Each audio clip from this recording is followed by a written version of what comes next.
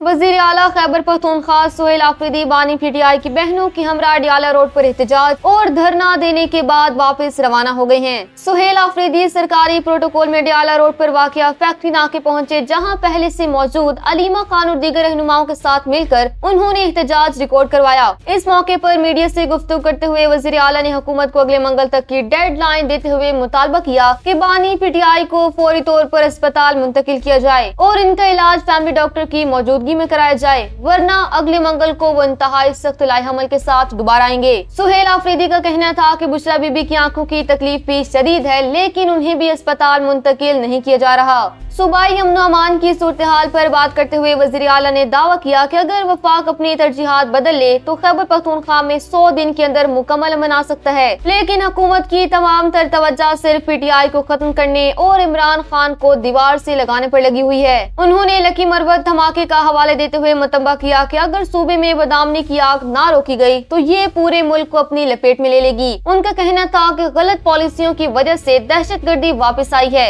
और हम पहले ही 80,000 जनाजे उठा चुके हैं। सुहेल आफरीदी ने वफाकी हुकूमत पर कड़ी तनकीद करते हुए कहा कि आज मुल्क के 45% लोग खते गुर्बत से नीचे जा चुके हैं, लेकिन हुकूमत का काम सिर्फ अवाम पर पेट्रोल बम गिराना और इमरान खान को जेल में रखना है। उन्होंने बानी PTI की बहनों को यकीन दिलाया कि वो उनके साथ खड़े हैं और इमरान खान की खातिर किसी भी हद तक जाएंगे। धरने के दौरान पुलिस ने डाला रोड को मुकम्मल तौर पर सील कर रखा था, जहां अपना मौक़िफ़ वाज़ेह करने के बाद वज़ीर आला खैबर पख्तूनख्वा वापस रवाना हो गए।